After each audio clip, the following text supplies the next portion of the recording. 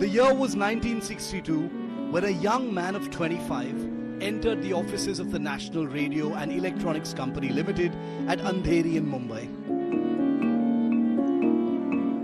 9 years later, he was the director in charge of the company, and a decade later, the chairman of Tata Industries.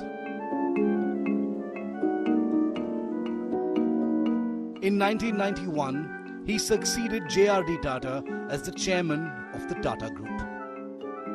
The youth was Ratan Tata, fresh out of Cornell University, armed with a bachelor's degree in architecture, more than ready to enter and learn as he would rise from the lowest rungs in one of India's most hallowed industrial houses.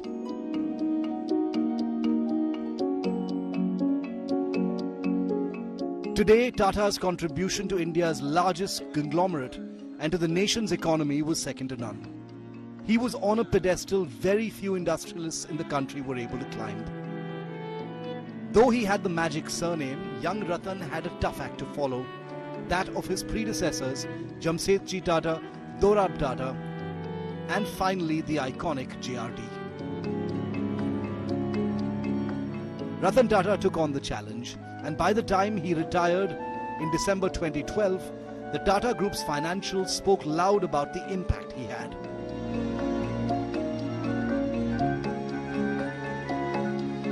During his tenure, the group's revenues grew manifold, totaling over $100 billion in 2011-2012. Been recognized all over the world as an enterprising country. Ratan Tata identified the opportunity which the liberalization of the Indian economy provided and began restructuring the Tata Group in 1991.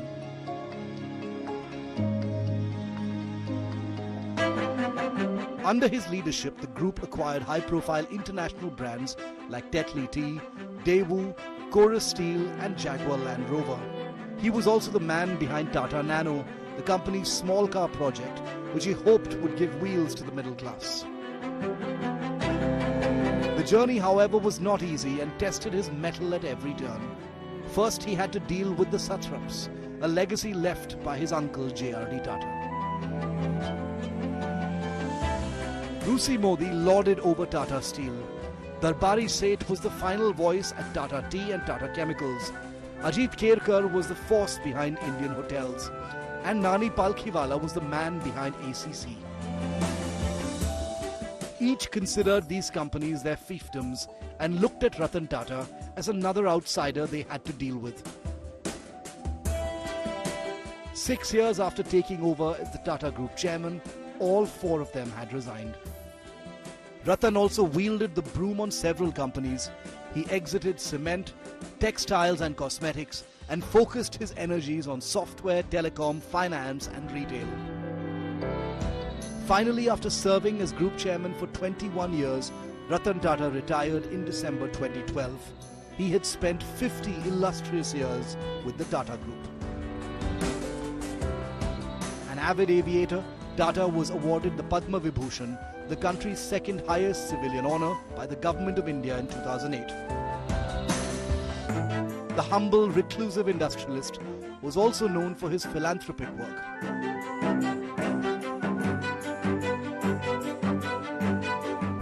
Till his death, he served as the chairman of the Tata Trusts, which are amongst India's oldest non-sectarian philanthropic organizations that work in several areas of community development.